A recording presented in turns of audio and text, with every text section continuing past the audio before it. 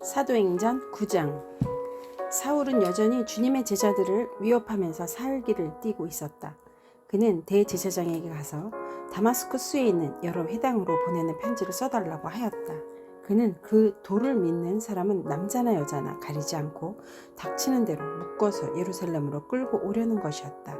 사울이 길을 가다가 다마스쿠스 가까이에 이르렀을 때 갑자기 하늘에서 환한 빛이 그를 둘러 비추었다.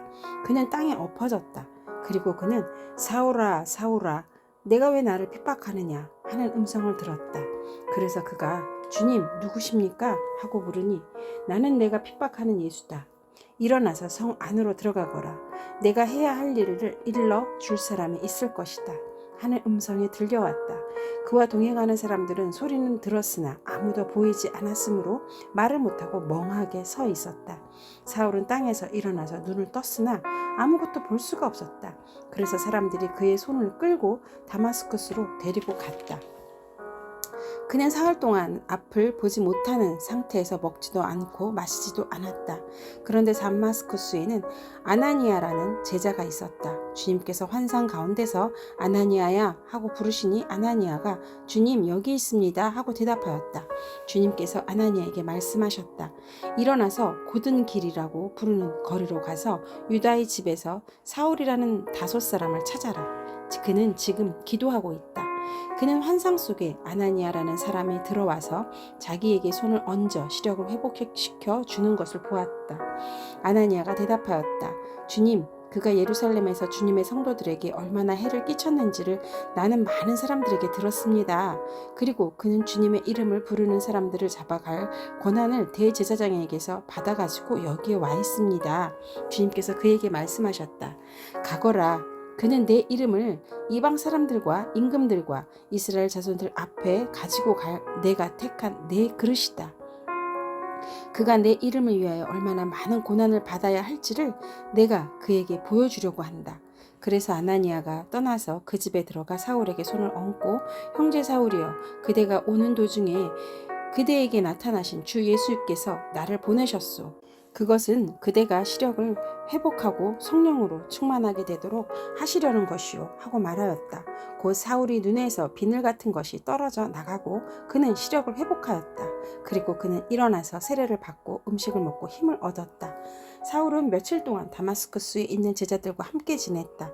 그런 다음에 그는 곧 여러 회당에서 예수가 하나님의 아들이심을 선포하였다. 그 말을 듣는 사람들은 다 놀라서 말하였다. 이 사람은 예루살렘에서 예수의 이름을 부르는 이들을 마구 죽이던 바로 그 사람이 아닌가? 그가 여기 온 것도 그들을 잡아서 대제사장들에게로 끌고 가려는 것이 아닌가? 그러나 사울은 더욱더 능력을 얻어서 예수가 그리스도이심을 증명하면서 다마스쿠스에 사는 유대 사람들을 당황하게 하였다. 여러 날이 지나서 유대 사람들이 사울을 죽이기로 모의하였는데 그들의 음모가 사울에게 알려졌다.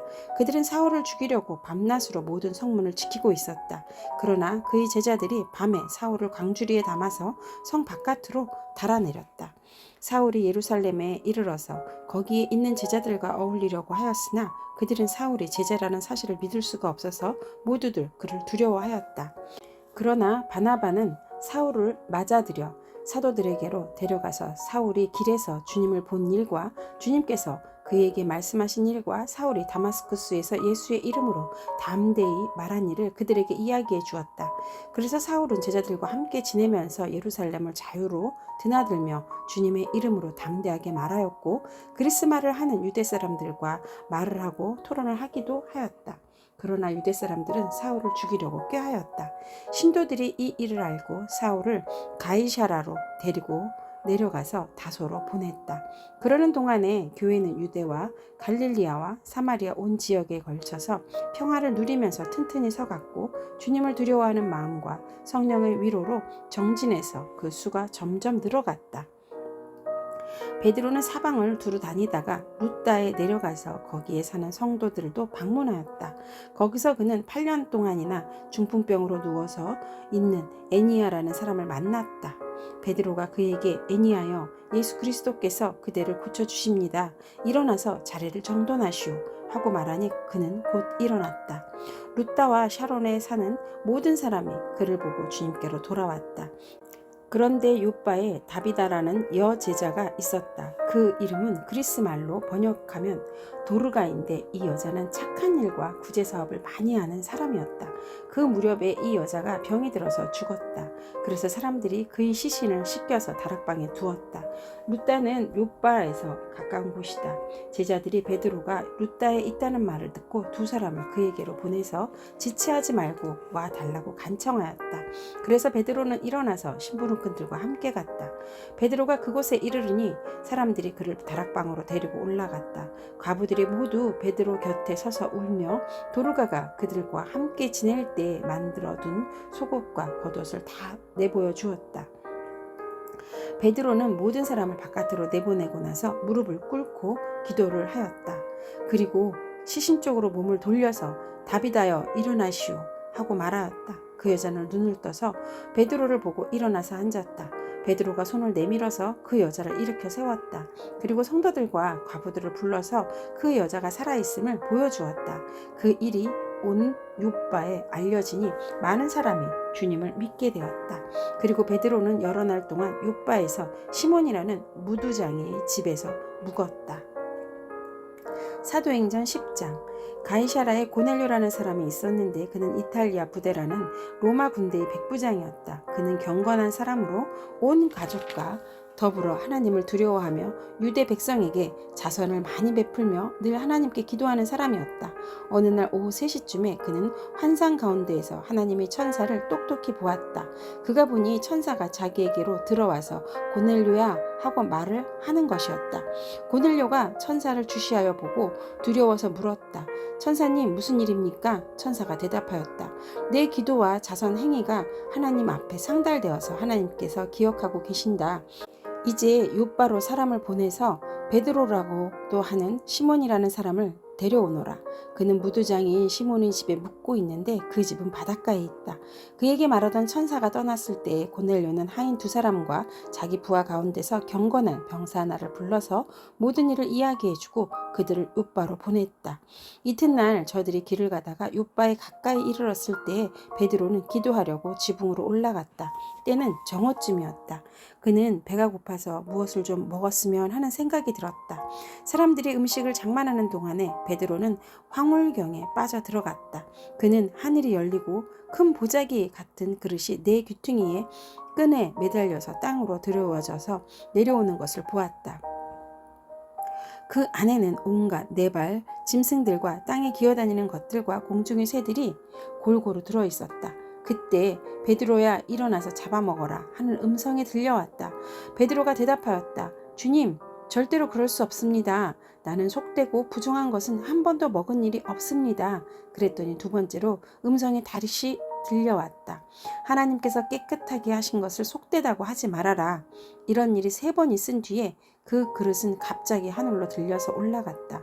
베드로가 자기가 본 환상이 대체 무슨 뜻일까 하면서 속으로 어리둥절을 하고 있는데 마침 고넬료가 보낸 사람들이 시몬의 집을 찾아서 문 앞에 다가섰다. 그들은 큰 소리로 베드로라는 시몬이 여기에 묵고 있는지를 묻고 있었다. 베드로가 그 환상을 곰곰이 생각하고 있는데 성령께서 말씀하셨다. 보아라, 3사람이 너를 찾고 있다. 일어나서 내려가거라. 그들은 내가 보낸 사람이니 의심하지 말고 함께 가거라. 그래서 베드로는 그들에게 내려가서 물었다. 보시오, 내가 당신들이 찾고 있는 사람이요. 무슨 일로 오셨소? 그들은 베드로에게 대답하였다. 고넬료라는 백부장이 보내서 왔습니다. 그는 의로운 사람입니다. 하나님을 두려워하는 사람입니다. 그는 온 유대 백성에게 존경을 받고 있습니다. 그는 사람을 보내어 당신을 집으로 모셔다가 말씀을 들으라는 지시를 거룩한 천사에게 받았습니다. 베드로는 그들을 불러들여서 묻게 하였다. 이튿날 베드로는 일어나서 그들과 함께 떠났는데 요빠에 있는 신도 몇 사람도 그와 함께 갔다. 그 다음날 베드로는 가이사라에 들렀다. 고넬료가는 자기 친척들과 가까운 친구들을 불러놓고 그들을 기다리고 있었다. 베드로가 들어오니 마중 나와서 그의 발 앞에 엎드려서 절을 하였다. 그러자 베드로는 일어나십시오. 나도 역시 사람입니다. 하고 말하면서 그들을 일으켜 세웠다. 그리고 베드로는 고넬료와 함께 말하면서 집 안으로 들어가서 많은 사람들이 보여 있는 것을 보고서 그들에게 말하였다. 유대 사람으로서 이방 사람과 사귀거나 가까이 하는 일이 불법이라는 것은 여러분도 아십니다. 그런데 하나님께서는 나에게 사람을 속되다거나 부정하다거나 하지 말라고 지시하였습니다. 그래서 여러분이 나를 부르러 사람을 보냈을 때 반대하지 않고 왔습니다. 그런데 묻고 싶은 것이 있습니다. 무슨 일로 나를 오라고 하셨습니까? 고넬료가 대답하였다. 나흘 전 이맘때쯤에 내가 집에서 오후 3시에 드리는 기도를 하고 있었습니다. 그런데 갑자기 어떤 사람이 눈부신 옷을 입고 내 앞에 서서 말하기를, 고넬료야, 하나님께서 내 기도를 들으시고 내 자선 행위를 기억하고 계신다. 요바로 사람을 보내어 베드로라고도 하는 시몬을 불러오너라. 그는 바닷가에 있는 무두장이 시몬의 집에 묵고 있다 하였습니다. 그래서 나는 곧 당신에게 사람을 보냈던 것입니다. 그런데 이렇게 와주시니 고맙습니다. 지금 우리는 주님께서 당신에게 지시하신 모든 말씀을 들으려고 다 같이 하나님 앞에 모여 있습니다. 베드로가 입을 열어 말하였다. 나는 참으로 하나님께서는 사람을 외모로 가리지 아니하시는 분이시고 하나님을 두려워하며 의를 행하는 사람은 그가 어느 민족에게 속하여 있든지 다 받아주신다는 것을 깨달았습니다. 하나님께서는 이스라엘 자손에게 말씀을 보내셨는데 곧 예수 그리스도를 통하여 평안을 전하셨습니다. 예수 그리스도는 만민의 주님이십니다. 여러분이 아시는 대로 이 일은 요한의 세례 사역이 끝난 뒤에 갈릴리에서 시작하여서 온 유대 지방에서 이루어졌습니다. 하나님께서 나사렛 예수에게 성령과 능력을 부어주셨습니다. 이 예수는 두루 다니시면서 선한 일을 행하시고 마귀에게 억눌린 사람들을 모두 고쳐주셨습니다. 그것은 하나님께서 그와 함께 하셨기 때문입니다. 우리는 예수께서 유대 지방과 예루살렘에서 행하신 모든 일의 증인입니다. 사람들이 그를 나무에 달아 죽였지만 하나님께서 그를 사흘날에 살리시고 나타나 보이게 해주셨습니다. 그를 모든 사람에게 나타나게 하신 것이 아니라 하나님께서 미리 택하여 주신 증인인 우리에게 나타나게 하셨습니다. 그가 죽은 사람들 가운데서 살아나신 뒤에 우리는 그와 함께 먹기도 하고 마시기도 하였습니다. 이 예수께서 우리에게 명하시기를 하나님께서 자기를 살아있는 사람들과 죽은 사람들의 심판자로 정하신 것을 사람들에게 선포하고 증언하라고 하셨습니다. 이 예수를 두고 모든 예언자가 증언하기를 그를 믿는 사람은 누구든지 그의 이름으로 죄 사함을 받는다고 하였습니다. 베드로가 이런 말을 하고 있을 때에 그 말을 듣는 모든 사람에게 성령이 내려오셨다.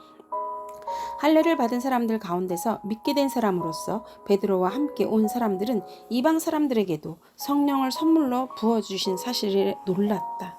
그들은 이방 사람들이 방언으로 말하는 것과 하나님을 높이 찬양하는 것을 들었기 때문이다. 그때 베드로가 말하였다.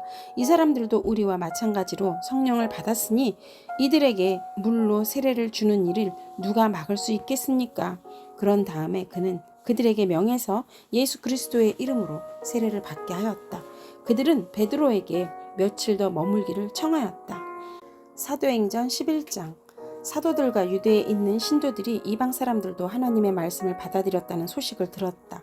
그래서 베드로가 예루살렘에 올라왔을 때에 할례를 받은 사람들이 당신은 할례를 받지 않은 사람들이 집에 들어가서 그들과 함께 음식을 먹은 사람이요 하고 그를 나무랐다.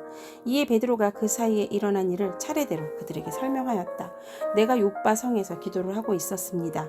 그때 나는 황홀경 가운데서 환상을 보았는데 큰 보자기와 같은 그릇이 네 귀퉁이가 끈에 매달려서 하늘에서 드리워져 내려서 내 앞에까지 왔습니다. 그 안을 자세히 들여다보니 땅 위에 4발 짐승들과 들짐승들과 기어다니는 것들과 공중에 새들이 있었습니다.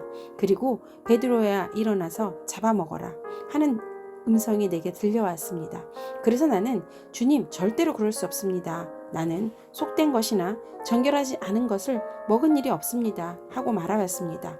그랬더니 하나님께서 깨끗하게 하신 것을 속되다고 하지 말아라 하는 음성이 2번째로 하늘에서 들려왔습니다. 이런 일이 3번 일어났습니다. 그리고서 모든 것은 다시 하늘로 들려 올라갔습니다. 바로 그때 사람들 셋이 우리가 묵고 있는 집에 도착하였는데 그들은 가이사랴에서 내게 보낸 사람들이었습니다. 성령이 내게 의심하지 말고 그들과 함께 가라고 하셨습니다. 그래서 이 6 형제도 나와 함께 가서 우리는 그 사람의 집으로 들어갔습니다. 그 사람은 자기가 천사를 본 이야기를 우리에게 해주었습니다. 곧 천사가 그의 집에 와서 서더니 그에게 말하기를 욥바로 사람을 보내어 베드로라고도 하는 시몬을 불러오너라. 그가 내게 너와 내 온 집안이 구원을 받을 말씀을 일러줄 것이다 하더라는 것입니다. 내가 말을 하기 시작하니 성령이 처음에 우리에게 내리신던 것과 같이 그들에게도 내리셨습니다.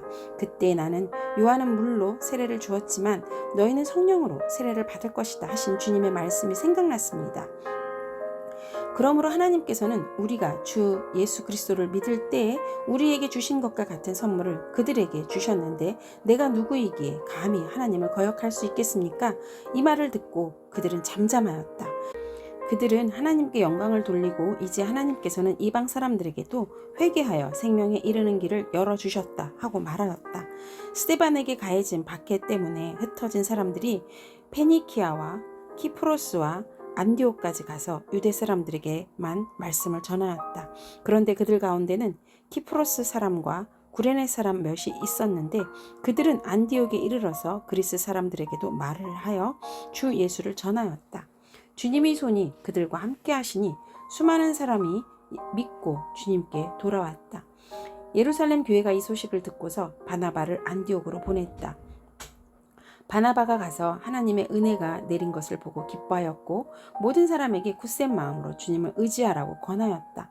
바나바는 착한 사람이요 성령과 믿음이 충만한 사람이었다. 그래서 많은 사람이 주님께로 나아왔다. 바나바는 사울을 찾으려고 다소로 가서 그를 만나 안디옥으로 데려왔다. 두 사람은 1년 동안 줄곧 거기에 머물면서 교회에서 모임을 가지고 많은 사람을 가르쳤다. 제자들은 안디옥에서 처음으로 그리스도인이라고 불리었다. 그 무렵에 예언자 몇이 예루살렘에서 안디옥으로 내려왔다. 그 가운데 아가보라는 사람이 성령의 감동을 받아서 일어나 온 세계에 큰 기근이 들 것이라고 예언하였다. 바로 그 기근이 글라우디오 황제 때 들었다. 그래서 제자들은 각각 자기 형편에 따라 몫을 정하여 유대에 사는 신도들에게 구제금을 보내기로 결정하였다. 그들은 그대로 실행해서 바나바와 사울 편에 그것을 장로들에게 보냈다. 아멘.